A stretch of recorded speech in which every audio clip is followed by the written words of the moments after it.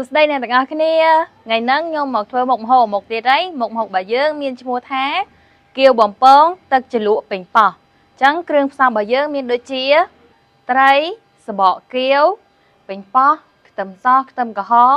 រ៉ូឌីស្ករប៊ីចេងស្ករត្នោតទឹកត្រីឥឡូវយើងចាប់ផ្ដើមមកធ្វើទឹកជ្រលក់មុនអញ្ចឹងខ្ញុំយកពេញប៉ោះនេះយកមកហាន់ជាចំណិតតូចៗអញ្ចឹងយើងយកពេញប៉ោះយើងមកចិតជាចំណិតតូចៗ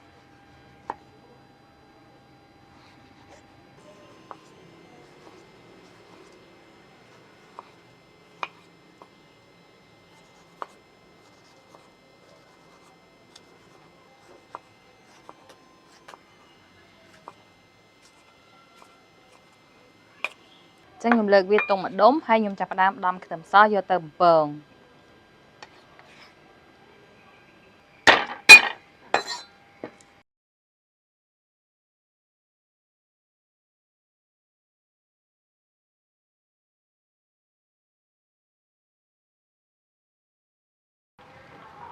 យើងទុកខ្លាញ់ហ្នឹងឲ្យក្តៅបន្តិចចាំយើងចាក់ខ្ទឹមយើងចូលឥឡូវខ្លាញ់យើងចាប់ផ្ដើមក្តៅយើងចាក់ខ្ទឹមសខ្ទឹមក្រហមចូលដើម្បីបំពងវាឲ្យឈ្ងុយ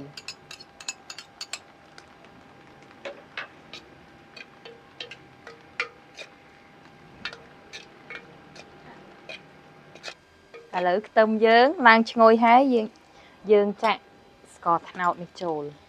យើងកូរស្ករត្នោតហ្នឹងឲ្យឡើងក្រហមចាំយើងចាក់ទឹកត្រីចូលក៏យើងឡើងក្រហមចាស់ហើយយើងក៏ចាក់ទឹកត្រីចូលយើងកូរវាឲ្យលាយតិចមកចាំយើងលួចរ៉ូឌីបន្តិចចាក់ប៊ីចេងចូល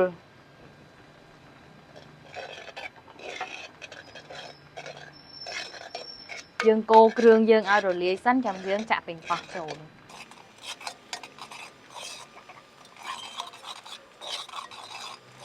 ចឹងឥឡូវគ្រឿងរលាយហើយយើងចាក់ពេញប៉ោះរបស់យើងហ្នឹងចូលមក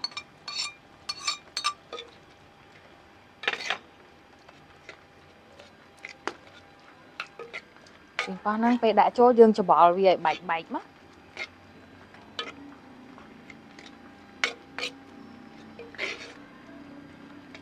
ហើយយើងថែមទឹកមកងាស់វាទុកសិន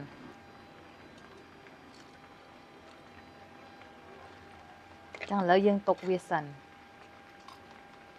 បន្ទាប់ពីយើងរំងាស់វាចោលមកសន្ទុះហើយឥឡូវទឹកជ្រលក់ពេញប៉ោះរបស់យើងរួចរាល់ហើយចឹងខ្ញុំចាប់ផ្ដើមលើកវាទុកម្ដុំសិនឥឡូវយើងចាប់ផ្ដើមមកភ្លេះត្រីរបស់យើង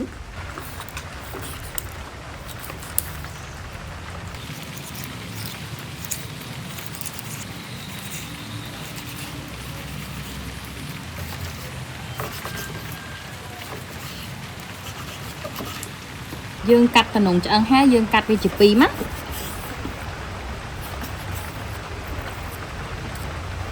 ហើយយើងយកត្រីយើងមកកាត់វា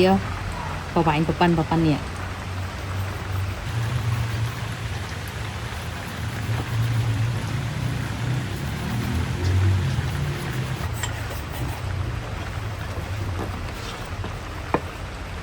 ឥឡូវយើងចាប់ផ្ដើមមកខ្ចប់គៀវជាមួយនឹងត្រី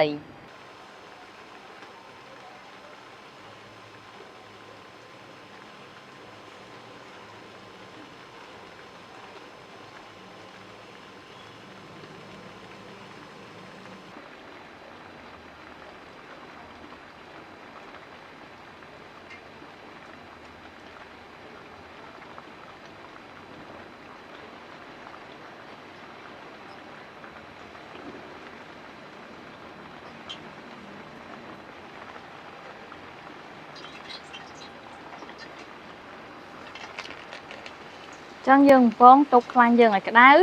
ហើយយើងដាក់គៀវយើងចូល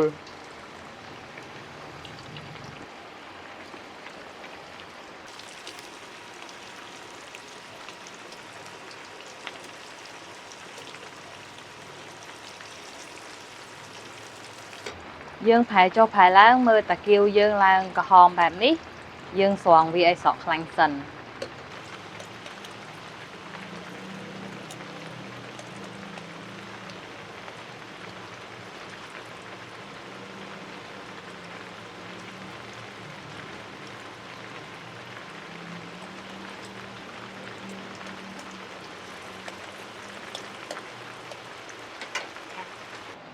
គៀវបំពងទឹកជ្រលក់ប៉េងប៉ោះយើងរួចរាល់ហើយ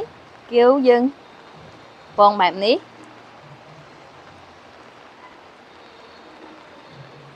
ហើយនេះទឹកជ្រលក់ប៉េងប៉ោះរបស់យើងតាំងខាប់ល្អហ្មងណា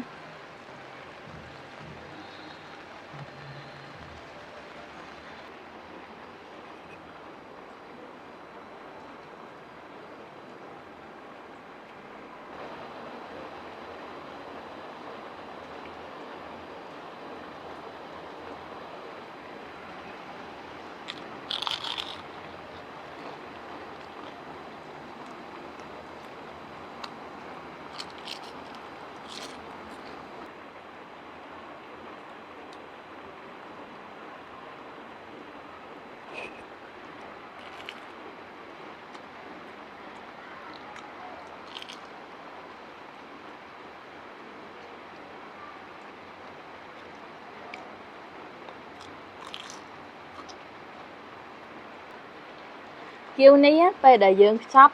សាច់ត្រីរបស់យើងផ្លះវាយើងល្មមកុំស្ដាងពេកកុំក្រាស់ពេកពេលដែលយើងយកទៅបំពងទៅអាសបកគៀវនេះចាប់ផ្ដើមក្រៀមស្រួយល្អសាច់ខាងក្នុងវាក៏ឆ្អិនល្អដូចគ្នាហើយពេលដែលយើងញ៉ាំជាមួយនឹងទឹកជ្រលក់នេះយើងជ្រលក់វាមក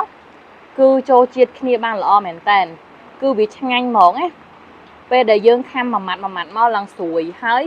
ប៉ះសាច់ត្រីខាងក្នុងទៀតអើយជាតិខ្លាំងណាស់ហើយសម្រាប់ទឹកជ្រលក់ប៉េងប៉ោះនេះវិញរសជាតិរបស់យើងយកហ្នឹងរៀងដិតតិចមករសជាតិវារៀងផ្អែមប្រៃហើយរសជាតិជូរតិចចេញមកពីប៉េងប៉ោះអញ្ចឹងពេលដែលយើងជ្រលក់ចូលគ្នាជាមួយនឹងអាគៀវនេះគឺវាចូលជាតិគ្នាបានល្អរសជាតិវាគឺចាប់ជាតិយកហ្មងណា មុខម្ហូបគៀវបំពងជ្រលក់ទឹកប៉េងប៉ោះរបស់យើងងាយស្រួលធ្វើទេអញ្ចឹងកុំភ្លេចសាកធ្វើញ៉ាំទាំងអស់គ្នាណាបងប្អូនបាយបាយ